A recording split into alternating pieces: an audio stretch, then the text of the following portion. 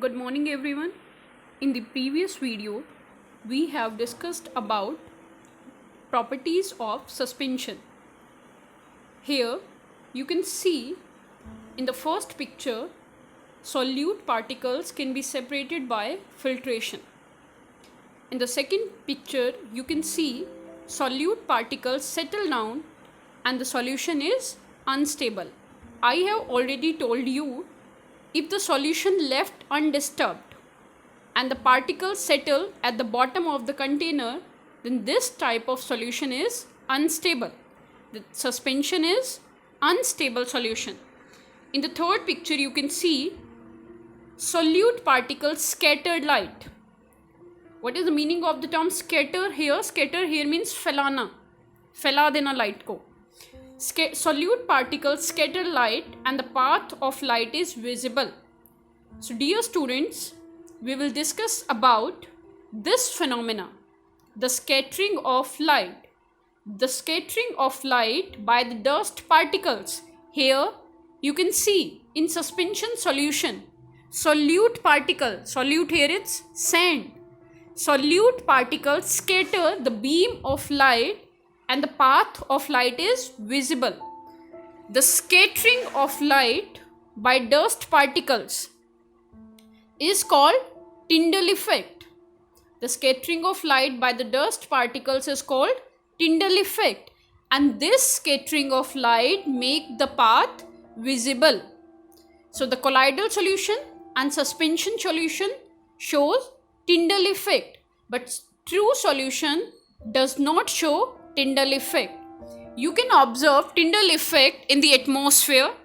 Tyndall effect can be seen when light enters a room through a hole by the dust and smoke particles. Second, Tyndall effect can be seen in a dense forest due to scattering of light by water droplets in the mist. Understood? Here you can see with the help of example in the first solution. In first picture, a solution is given to you and this solution is showing Tyndall effect.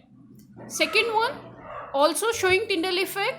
Third picture, it is a dark room and there is a hole and the light is scattered by the dust particles.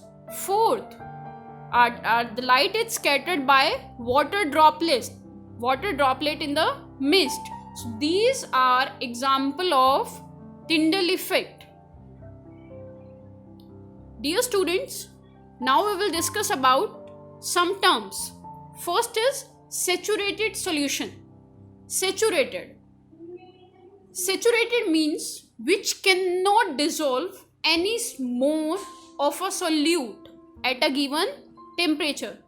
You have observed that when we prepare lemonade, if we put more amount of sugar into the water, then what will happen?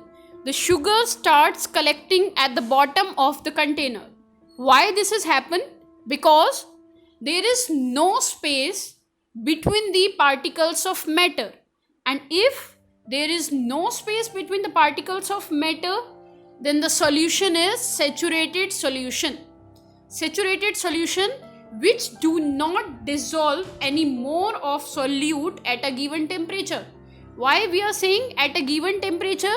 Because there is a direct relation between temperature and solubility. If we increase the temperature, the solubility also increases. Next is solubility. Solubility of a substance is the amount of solute present in a saturated solution of the substance. Unsaturated solution is a solution which can dissolve some more of the solute at a given temperature. Preparation of a saturated solution. Take 50 ml of water in 2 beakers. Label them beaker A and beaker B. Add salt in one beaker with continuous stirring till no more salt dissolve in it. Similarly, add sugar in the other beaker, that is beaker B, with continuous stirring till no more sugar dissolve in it. We get saturated solution of salt and sugar. If the mixture are heated, it dissolves some more of the solute. Why? Because there is a direct relation between the temperature and solubility.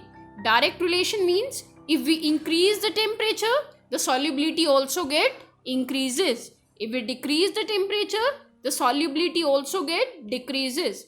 The solubility of different substances are different. The solubility of substance varies with temperature. Understood? Thank you and have a nice day.